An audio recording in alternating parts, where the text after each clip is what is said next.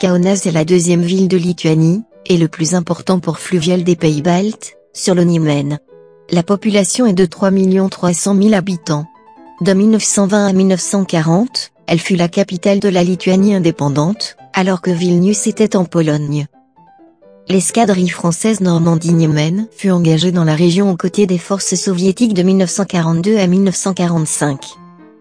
L'architecture moderne de l'entre-deux-guerres a été proposée en 2017 pour une inscription au patrimoine mondial et figure sur la liste indicative de l'UNESCO dans la catégorie patrimoine culturel.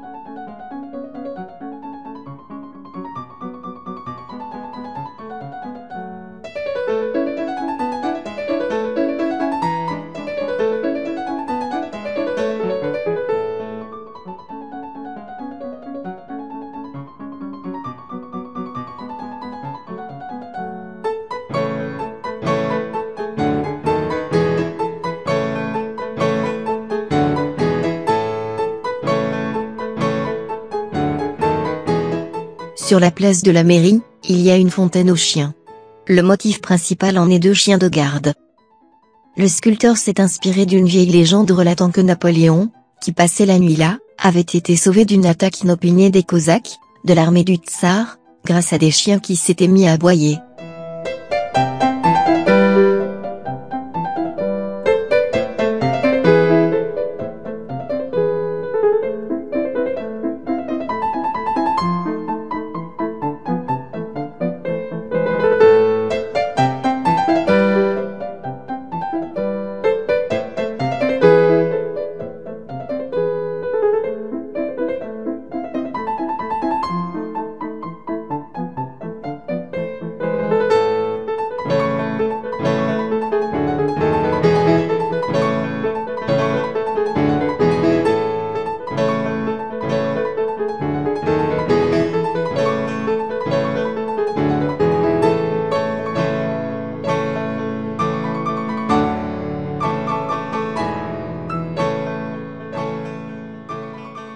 Le 9e fort est un élément de la place forte de Kaunas, il est construit à la fin du 19e et au début du 20e siècle.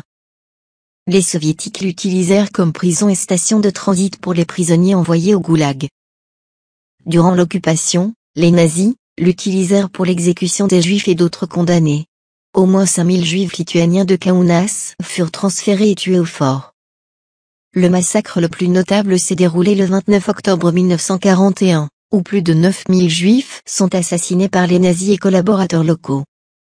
D'autres juifs venant de France, d'Autriche et d'Allemagne y furent aussi acheminés et exécutés.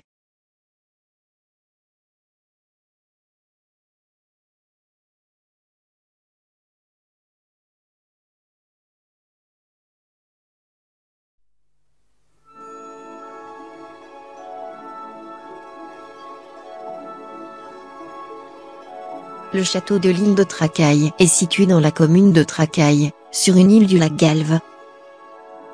Kęstutis, grand-duc de Lituanie et duc de Trakai, a commencé la construction du château en pierre au XIVe siècle. Son fils Vytautas le Grand a achevé en 1409 d'importants travaux. Trakai était l'un des principaux centres du Grand-Duché de Lituanie. Le château avait une grande importance stratégique.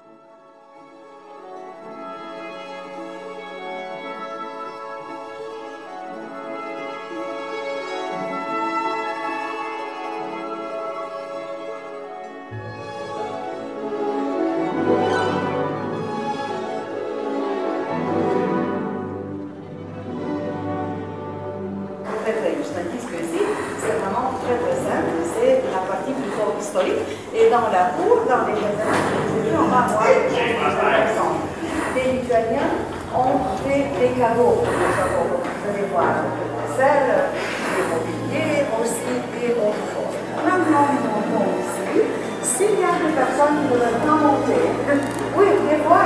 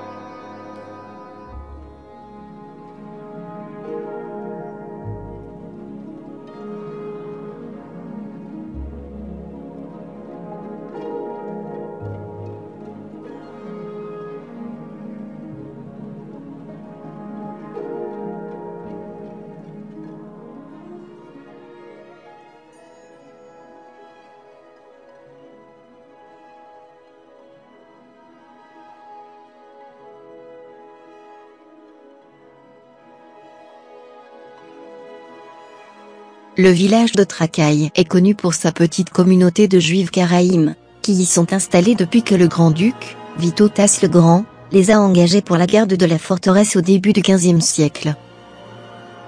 Le karaïm est un courant du judaïsme rejetant la loi orale, le Talmud, n'observant que les prescriptions de la loi écrite, la Torah, adoptant un principe de libre interprétation du texte sacré. Dans le village de Trakai, les maisons traditionnelles avec 3 fenêtres sur l'avant de la maison, appartiennent à la minorité ethnique karaïm.